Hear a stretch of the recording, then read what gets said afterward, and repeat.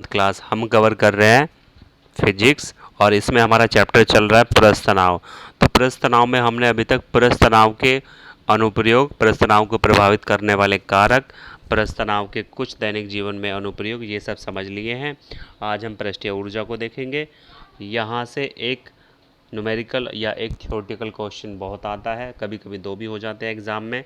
तो जो न्यूमेरिकल होता है वो मोस्टली ये होता है कि एक बड़ी बूंद है, इसे 10⁻³ या 27 छोटी बूंदों में तोड़ दिया जाता है, तब पृष्ठीय ऊर्जा में कितनी कमी आती है, कितनी कमी आती है या कितनी वृद्धि हो जाती है, ये चीज़ें पूछी जाती हैं।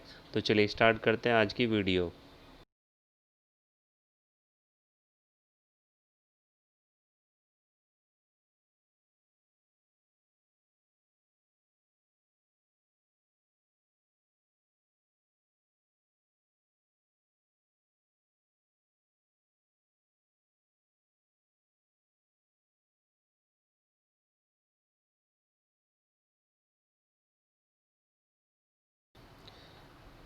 देखिए हमारे पास में क्या है, ये एक द्रव है जिसका हमें पृष्ठ क्षेत्रफल बढ़ाना है।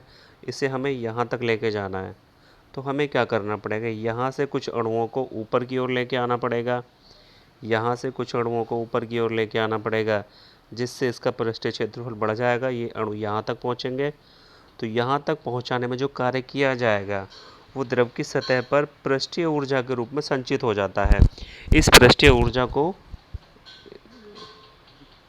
के रूप में संचित हो जाता है और इसे हम द्रव की पृष्ठीय ऊर्जा कह देते हैं। ठीक है, तो पहले क्या था, अगर हम इसे A1 मान लें और इस पूरे को A2 मान लें,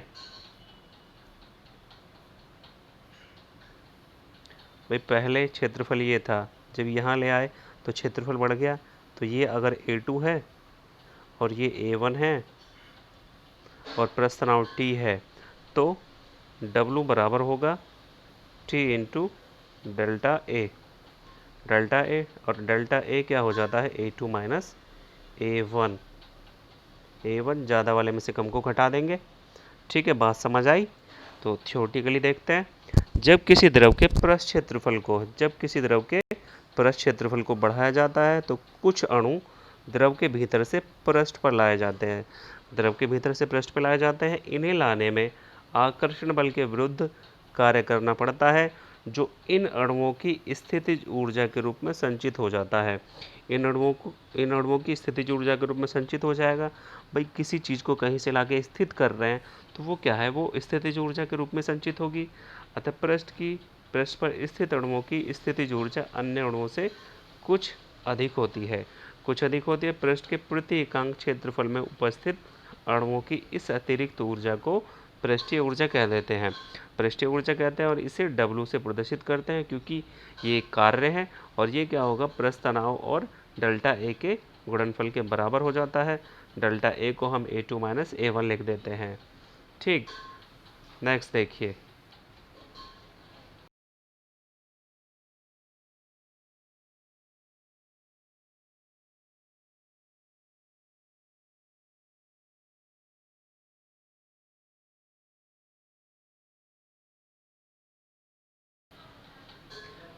नेक्स्ट देखिए, द्रव के पृष्ठीय क्षेत्रफल को बढ़ाने में किए गए कार्य और पृष्ठ तनाव में संबंध। तो हमारे पास में क्या है, दो तार हैं जिनके बीच में एक फिल्म बनती है। तो पहले क्या है, पहले ये ए बी अवस्था में है, इसके बाद में इस फिल्म को नीचे की ओर F बल लगा के ले लाया जाता है और ये A डैश और B डैश अवस्था में पहुंच जाती है। तो परिवर्तन कितना हुआ, डेल्टा x हो गया। तो अब क्या है, संबंध ज्ञात करना है। हमने क्या किया, एक U आकार का तार है जो है P Q R और ये S है। ठीक है, जिसमें एक चलनशील तार AB लगा है। AB चलनशील तार है। जब इस फ्रेम को साबुन के घोल में डुबो कर निकाला जाता है तो इसके बीच में क्या है, फिल्म बनेगी और AB क्या है, AB ऊपर की ओर चलने लगता है, जिसे रोकने के लिए F बल नीचे की ओर लगाया जाता है, नीचे की ओर लगाना होगा, जो पृष्ठ तनाव के बराबर हो जाएगा। यदि तार की लंबाई L बराबर 2L हो तो साबुन का जो घोल है पृष्ठ तनाव को, तो साबुन के का जो घोल, साबुन के घोल के लिए दो हो जाती है, दो फिल्में होती है साबुन के घोल की, अगर पानी है तो एक रहता है।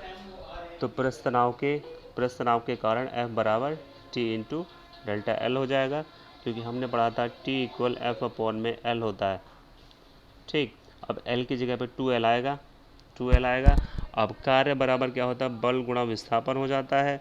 तो बल कितना है, F है, विस्थापन कितना हुआ, डेल्टा X विस्थापन है।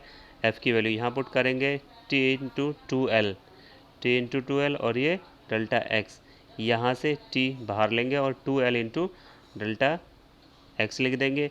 अब 2L क्या है, ये लंबाई है, और डेल्टा X चौड़ाई है, तो यहाँ से W बराबर T इंटू डेल्टा A मिलेगा। ठीक है, तो ये क्या है, ये पृष्ठीय ऊर्जा और पृष्ठ तनाव में संबंध आ जाता है। दूसरा देखिए, द्रव के विभिन्न नए पृष्ठ बनाने के कार्य के उदाहरण। अब क्या है, बुलबुला बनाने में किया गया कार्य। तो बुलबुला बनाने में जो कार्य किया जाएगा वो W बराबर T इंटू डेल्टा A होगा। अब जो बुलबुला होता है वो एक गोला होता है, और गोले का क्षेत्रफल 4πr² होता है। अब साबुन का इसलिए उसके दो पृष्ठ होते हैं, इसलिए 2 इंटू 4π² कर देंगे, यहाँ से 8πr² मिलेगा। ठीक है, चलिए आगे।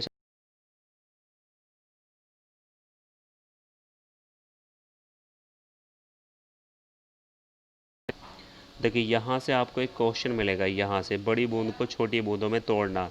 तो बड़ी बूंद को छोटी बूंदों में तोड़ेंगे तो हमारे पास में क्या है, एक r त्रिज्या की बड़ी बूंद है, इसे असमान आकार की छोटी बूंदों में तोड़ा जाता है। इसकी त्रिज्या r है और इनकी त्रिज्या स्मॉल r है।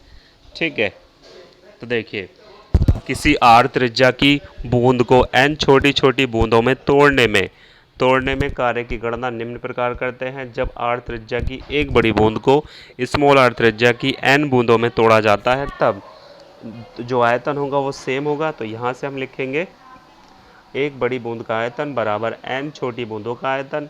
तो 4/3πr³, जो बूंद है, जो गोला होता है, उसका आयतन 4/3πr³ होता है। सेम यही छोटी के लिए लिखेंगे, इंटू n कर देंगे। 4π/3 से 4π/3 कैंसिल, स्मॉल r³ अपॉन में n मिलेगा, और यहाँ से r की वैल्यू हमें मिलेगी r अपॉन में n की पावर 1/3। अब किया गया कार्य निकालेंगे, W बराबर T इंटू डेल्टा A होता है।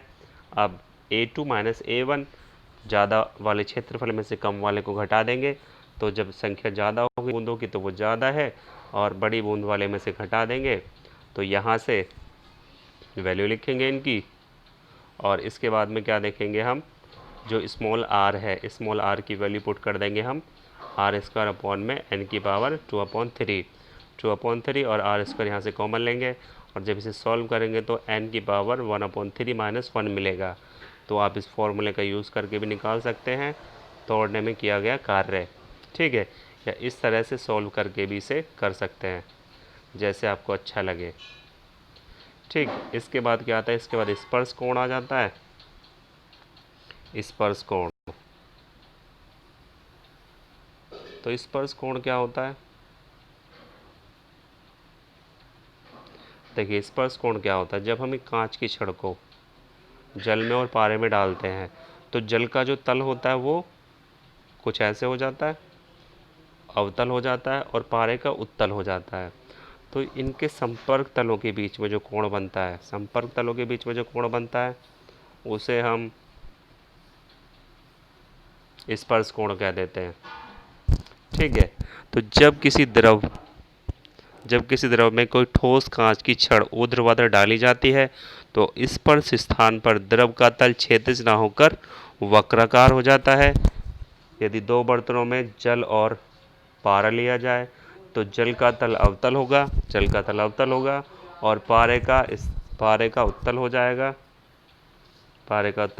द्रव व ठोस के स्पर्श बिंदुओं से द्रव के तल पर खींची गई स्पर्श रेखा तथा ठोस के तल पर द्रव के अंदर की ओर खींची गई स्पर्श रेखा के बीच बना जो कोण होगा वो स्पर्श कोण कहलाता है। ठीक है। नेक्स्ट पॉइंट आता है इसमें बूंद तथा बुलबुले के में अधिक्य दाब। तो बूंद और बुलबुले में अधिक्य दाब, चलिए इसी वीडियो में कवर कर लेते हैं। देखिए बूंद जो होती है उसके पृष्ठ दो एक रहते हैं, लेकिन अगर बुलबुला हो जाए साबुन का तो उसके पृष्ठ दो हो जाते हैं। बूंद और बुलबुला एक ही बात है, जल की बात हो रही है यहाँ पे।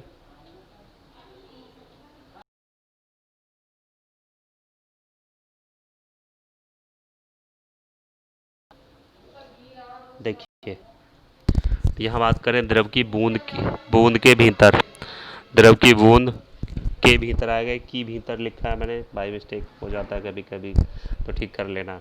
तो हमारे पास में क्या है, एक द्रव की बूंद है जिसके भीतर दाब P है और बाहर दाब P डैश है।